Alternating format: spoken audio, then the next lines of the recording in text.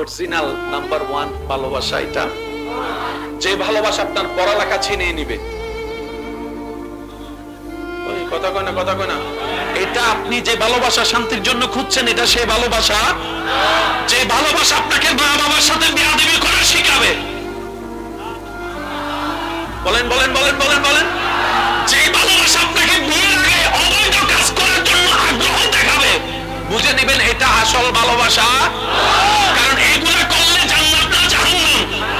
তো যে ভালোবাসা আপনাকে জাহান্নামে নেবে, এটা কেমন ভালোবাসা? আরে ভালোবাসা তো মনে হয় দেখতে মন চায়। সাহাবায়ে কেরামের জীবনের মধ্যে দেখেন হাসি মুখে জান কুরবানি করে শহীদ হয়ে গিয়েছেন, ইন্তেকালের পরপরই জান্নাত নসিব হয়েছে। এটার নাম ভালোবাসা। আর এখন তো প্রথম আই লাভ ইউ,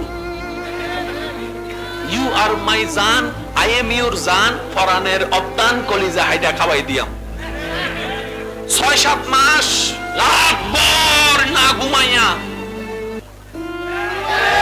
না গরম মানে, না শীত মানে, না ফুকুর মানে, না রোদ মানে, 6-7 মাস, 1 বছর যাওয়ার পরে যখন সাত মিটতে জায়গা কল দিল ভাই না, কথা বলে না, কথা বলেন, আরো জোরে বলেন। 10-12টা কল দিল, পাওয়া যায় না। কল রিসিভ করে না, আমি একটু বিজি আছি, একটু ব্যস্ত আছি। তারপরে 2 বছর পর, I hate you, get out. এবার আমি যুবক ভাইদের থেকে শুনতে চাই, শান্তি থাকার জন্য যে ভালোবাসা দরকার, আসলে কি এই ভালোবাসা সেই ভালোবাসা? এটা হচ্ছে শয়তানের প্রোডাক্ট ভালোবাসা। আর আল্লাহর রহমতের ভালোবাসা একটু বুঝতে গেলে আপনাকে ধৈর্যশীল হতে হবে। খাইলাম দইলাম খাইয়ে লাইলাম, কথা কয় না।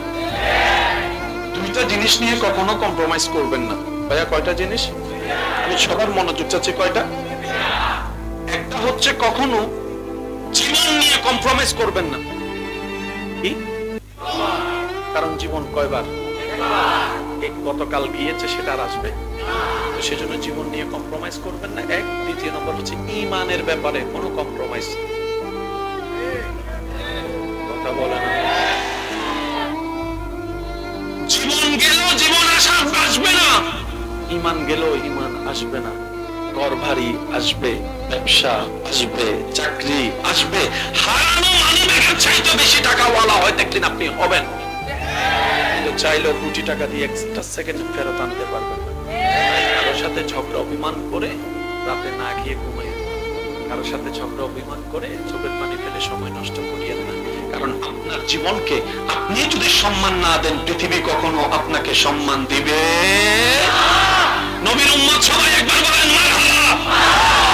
এবার একটু সবাই মিলে বলেন, আমরা দাবি করি আমরা সবাই কার বান্দা?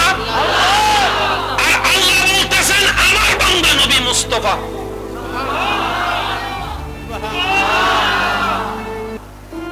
আমি আল্লাহ দেখালাম, আমার মুস্তাফা দেখলো। আমি দেখাতে থাকলাম, আমার নবী মুস্তাফা দেখতে থাকলো। আমি দেখাতে থাকলাম, আমার নবী মুস্তাফা দেখতে থাকলো। আল্লাহ তুমি কি কি দেখালা?